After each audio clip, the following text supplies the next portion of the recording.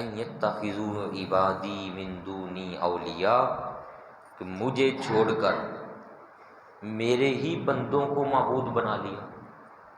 عبادی، میرے ہی بندوں کو معبود بنا لیا. یہاں اس آیت سے مراد ہیں یہودی اور عیسائی. یہودی جنہوں نے حضرت عزیر علیہ السلام کو اللہ تعالیٰ کا شریک ٹھہرا لیا، بلکہ اللہ تعالیٰ کا بیٹا کہنا شروع کر دیا، نعوذ باللہ. اور عیسائی جنہوں نے حضرت سیدنا عیسیٰ علیہ السلام کو اللہ تعالیٰ کا بیٹا کہنا شروع کر دیا. اللہ پاک فرماتا ہے عبادی، وہ میرے بندے ہیں، ان کو بنایا میں نے ہیں، ان کو جو جو کمالات عطا ہوئے سارے میں نے عطا فرمائے. تو ان کی عقلوں پر پردے پڑے ہوئے ہیں کہ مجھے چھوڑ کر میرے ہی بندوں کو معبود بنا لیا. یا وہ بت بھی مراد لے سکتے ہیں جو بت اولیاء اللہ کے ناموں پر بنائے گئے تھے، جن کا ذکر سورہ نوح کے اندر بھی آتا ہے. میں نے پیچھے بھی ذکر کیا تھا. 5 بت ان لوگوں نے اپنے پاس سے بنا لیے مورتیاں، اور ایک بت کو اللہ پاک ایک ولی کا نام دے دیا، دوسرے بت کو دوسرے ولی کا نام دے دیا، کہا کہ یہ وہ جو فلاں فلاں اولیاء تھے یہ ان کی تصویریں ہیں. تو آہستہ آہستہ آہستہ آہستہ وہ بتوں کی پوجا شروع کر دی. اللہ پاک فرماتا ہے کہ وہ لوگ جو گزر گئے وہ تو میرے نیک و صالحین بندوں میں سے تھے، اور تم لوگوں نے انہی ہی کو معبود بنا لیا. تو سنو پھر، انا اعتدنا جہنم للکافرین نزلا، ان کافروں کا ٹھکانہ وہ جہنم ہے جہاں ان کو پھینک دیا جائے گا. قل، آپ صلی اللہ علیہ وآلہ وسلم ان سے فرمائیں، هل ننبئکم بالاخسرین اعمالا، میں تمہیں ناقص ترین عمل کی وضاحت نہ کر دوں کہ ناقص عمل کس کا ہے، کمزور عمل کس کا ہے. پھر آگے اسی کی وضاحت فرمائی، الذین ضل سعیہم فی الحیاۃ الدنیا، فرمایا سب سے ناقص عمل ان کے ہیں جن کی دنیا کی ساری کوشش ضائع ہو گئی. وہم یحسبون، ان کا گمان یہ تھا، انہم یحسنون صنعا، کہ وہ بہت اعلیٰ کام کر رہے ہیں. سب سے ناقص عمل ان لوگوں کے جو یہ سمجھتے ہیں کہ ہم اعلیٰ کام کر رہے ہیں، لیکن ان کا وہ کام کسی حصے میں بھی نہیں لکھا جا رہا بلکہ وہ ضائع ہو جائے گا. یہ ایسا ہوا کیوں؟ یہ کون ہیں جن کے عمل ضائع ہوں گے؟ اولئک الذین کفروا بآیات ربہم ولقائہ، یہ وہ ہیں جنہوں نے اپنے رب کی آیات سے کفر کیا اور اللہ تعالیٰ سے دوبارہ سامنا کرنے سے بھی کفر کیا. مطلب قیامت کا واقع ہونا، آخرت میں اکٹھا ہونا، اس سب کا انکار کر دیا. فحبطت اعمالہم، ان سب کے دنیا کے اعمال ضائع ہو گئے. اب یہاں ذرا ایک بات ذہن میں رکھیں آپ سارے بھائی، دنیا میں ہم دیکھیں اس وقت کفار اپنے طور پر کافی سارے ایسے کام کر رہے ہیں جو دنیا کی حد تک قابل ستائش ہیں. رعایا کا خیال رکھنا، ان کو صحیح طور پر نظامی زندگی فراہم کرنا، کچھ حد تک زندگی کے معاملات میں جو ایک دوسرے کے ساتھ وہ قانون لاگو کرتے ہیں اس کا قانون لاگو ہو جانا، یہ صرف ظاہری طور پر. یہ کچھ عمل ایسے ہیں، صفائی ستھرائی کا خیال، بہر جب یہ ظاہری صفائی ستھرائی، جسم کی صفائی ستھرائی نہیں، اس میں یہ لوگ خیال نہیں کرتے. تو یہ ظاہری عمل ایسے ہیں، ہاسپٹل بنا لینا، ان میں ہر بندے کا صحیح طور پر ٹریٹمنٹ جاری ہونا، یہ کچھ کام ایسے ہیں جو ظاہری طور پر تعریف کے قابل ہیں، وہ واقعی بڑا اچھا کام کرتے ہیں. اور ہمارے مسلمان ممالک کے کئی لوگ وہ یہ کہتے بھی ہیں کہ ان سے اپنے آپ کو سبق حاصل کرو، اپنا سبق حاصل کرو، اپنا نظام ویسے بناؤ. تو یہ ظاہری دنیا کا جو سسٹم ہے، اب اس کو لے کر اگر کوئی بندہ یہ کہے کہ میں بڑا اچھا کام کر رہا ہوں اور میں کامیاب ہو جاؤں گا، تو قرآن عظیم یہ فرماتا ہے کہ وہ لوگ جنہوں نے کفر کیا، آیات کا انکار کیا، میرے رسول پاک صلی اللہ علیہ وآلہ وسلم کا مذاق بنایا، میری آیات کا مذاق بنایا، ان پر ایمان نہ لے کے آئے، ان سب کے اعمال، دنیا کے اعمال، وہ سارے کے سارے ضائع چلے جائیں گے۔ یہ گمان کرتے رہے کہ ہم بڑے اعلیٰ کام کر رہے ہیں، لیکن ان کا کوئی کام میدان حشر میں ایسا نہیں ہوگا کہ جس کا کوئی ذرہ پر بھی وزن ہو۔ یہ دیکھیے، اولئک الذین کفروا، یہ جنہوں نے کفر کیا، بآیات ربہم، اپنے رب کی آیات کا، ولقائہ، دوبارہ آنے کا، فحبطت اعمالہم، ان سب کے اعمال ضائع ہو گئے۔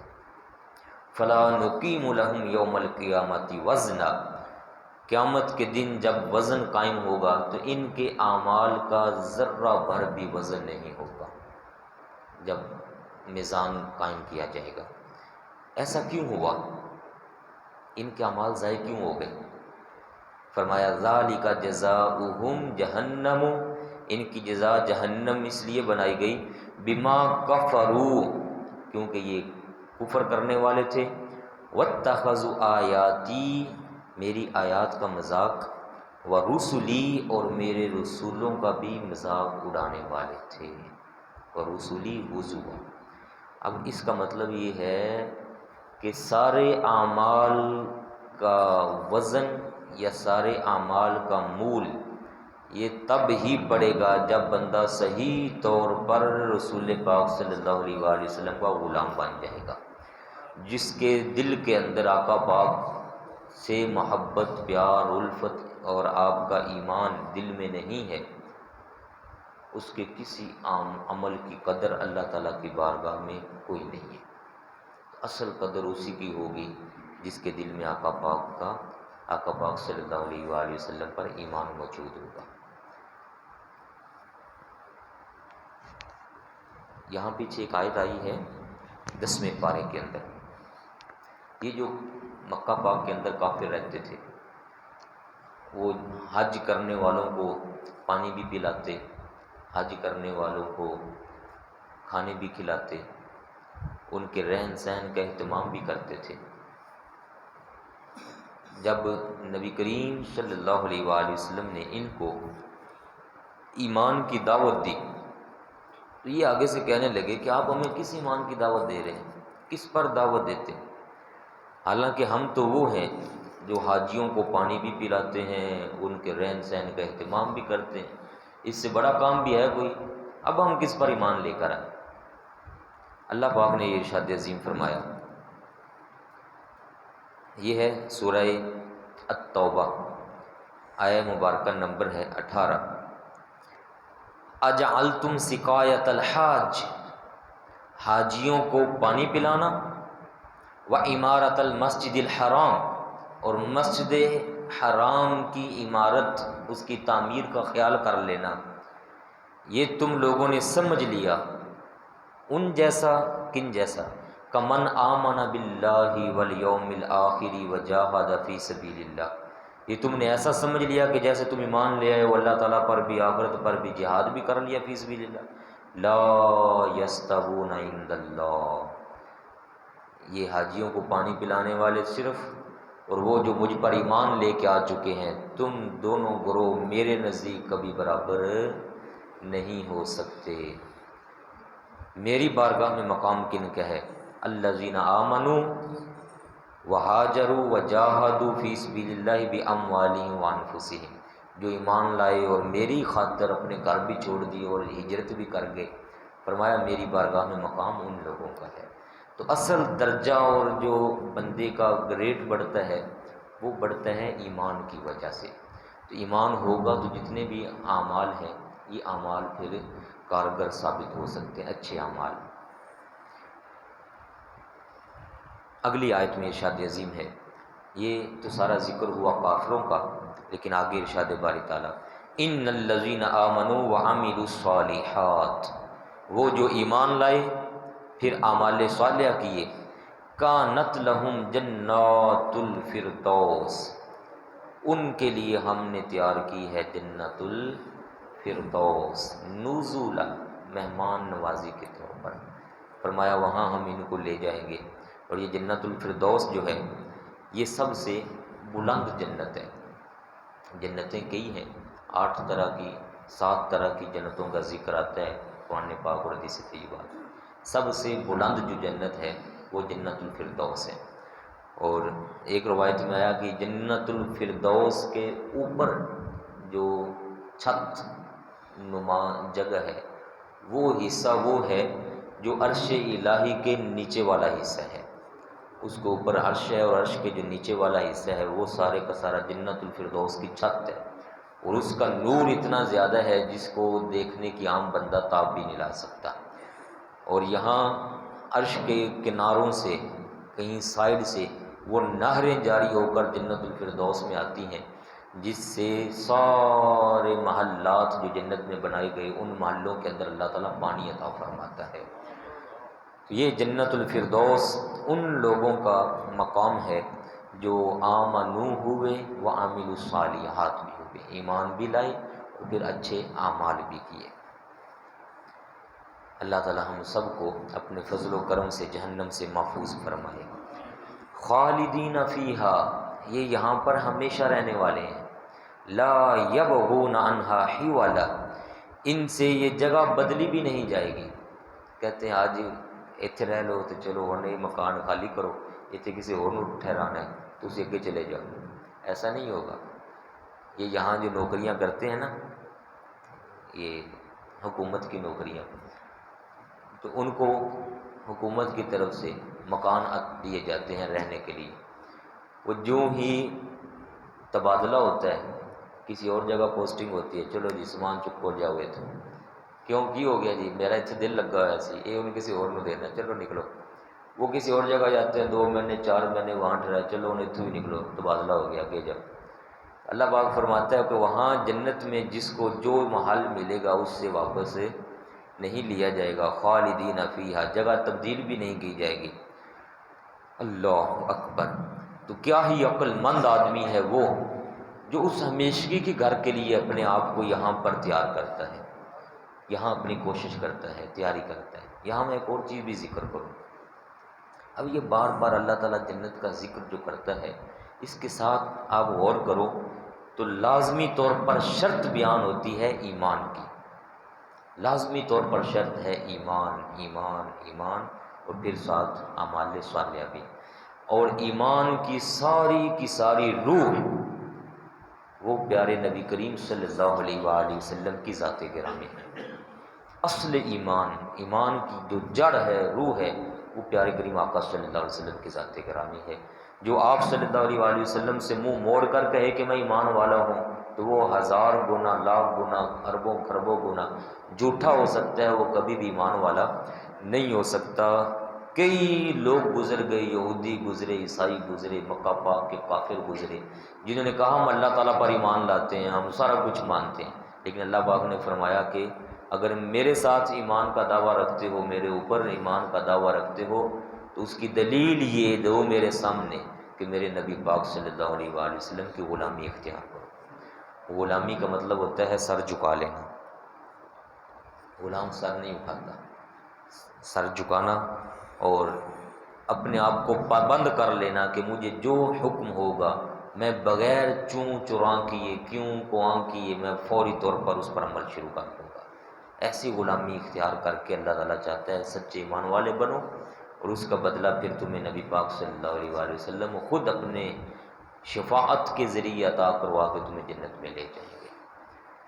قل، یہ جو کلمات لکھے ہوئے ہیں نا، یہ کلمات جو آپ سن رہے ہیں، یہ سارے کلام پاک ہیں، اللہ تعالیٰ کا کلام ہے.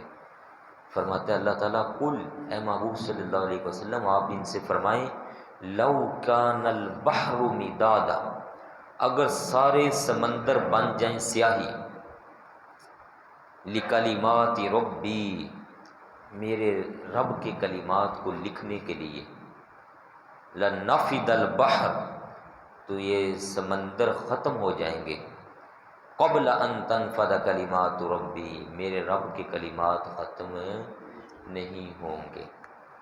ولو جئنا بمثلہ مددا، اگر ہم اس کی مثل اور بھی لے آئیں، تو تب بھی سارے دریا ختم ہو جائیں گے لیکن میرے کلمات ختم نہیں ہوں گے۔ رب تعالیٰ کے کلمات لکھنے کی اور ختم کرنے کی دنیا والوں میں طاقت نہیں ہے، کسی میں طاقت نہیں ہے۔ یہ قرآن عظیم کی ایک تفسیر جو سب سے پہلے کی گئی، اس کو مد نظر رکھ کر آج تک تفسیریں کی جا رہی ہیں۔ 1400 سال گزر گئے، رہتی دنیا تک یہ تفسیریں ہوتی رہیں گی۔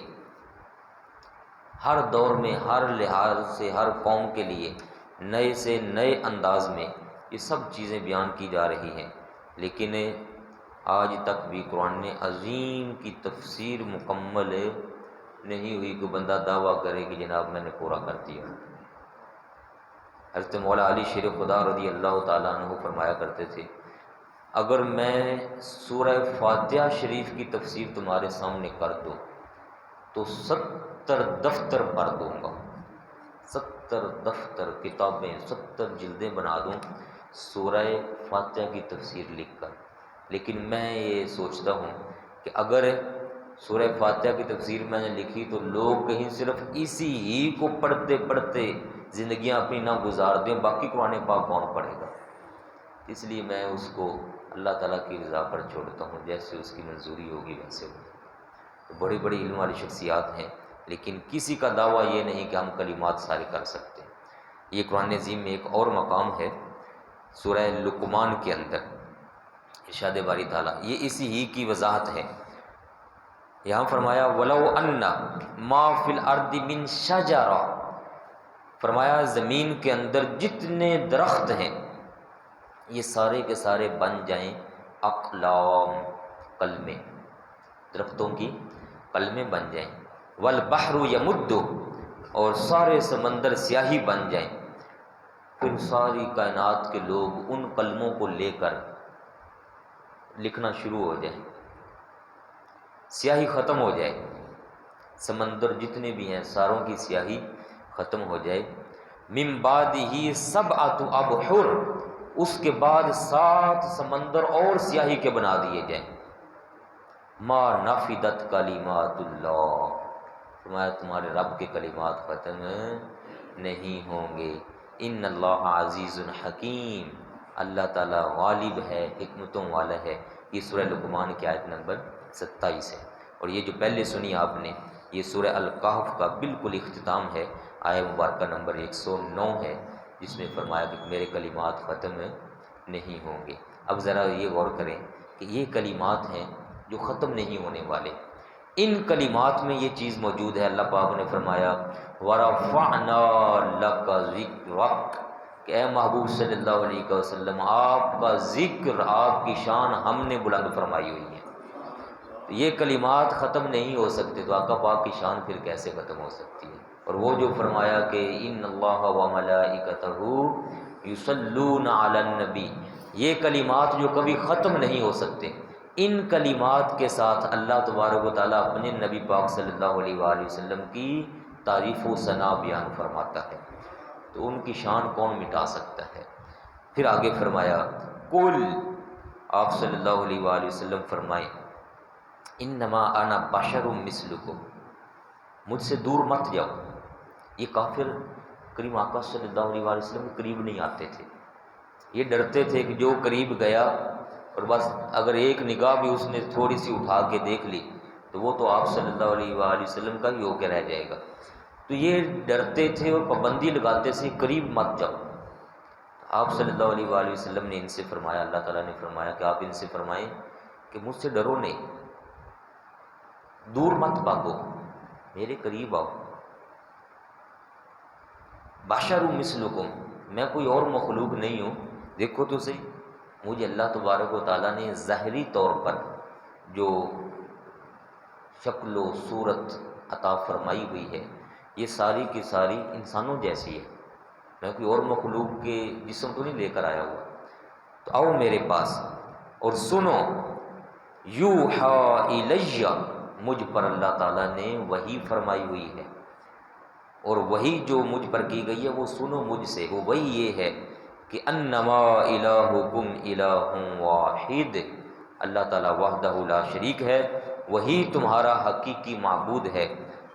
تو فمن کان یرجو لقاء ربہ، جو چاہتا ہے اپنے رب سے ملاقات کرنا، فلیعمل عملا صالحا، وہ عمل صالح کرے، ولا یشرک بعبادت ربہ احدا، اپنے رب کے ساتھ کسی کو شریک نہ ٹھہرائے، عبادت صرف اللہ تبارک و تعالیٰ کی۔ ہمیں شکر کرنا چاہیے میرے پیارے بھائیوں، ہم عظمت بھی مانتے ہیں، شان بھی مانتے ہیں، سب سے اعلیٰ و اولیٰ ہمارا نبی بھی مانتے ہیں، سب مانتے ہیں، لیکن عبادت صرف اور صرف اللہ تبارک و تعالیٰ کی کرتے ہیں۔ جتنی بھی عظمتیں شانیں مانتے ہیں اس کی طرف سے عطا کردہ مانتے ہیں، اور یہ مان کر بندہ عبادت اللہ پاک کی کرے، ایمان پر پہرے دے، تو اللہ تعالیٰ کے فضل و کرم سے پھر حفاظت رہے گی۔ یہ کل آپ لوگوں نے شاید کوئی ویڈیو دیکھی ہو، میں نے گروپ کے اندر بھی شیئر کی تھی، جس میں ایک بندے کے دماغ کے اندر کیڑے پڑے ہوئے ہیں۔ دیکھی کسی بھائی نے؟ دیکھ لیا آپ نے؟ اگر وہ ویڈیو دیکھو نا جی تو آپ کے رونگٹے کھڑے ہو گئے۔ یہ حضرت صاحب یہ ذرا بند کر دیں اس کو۔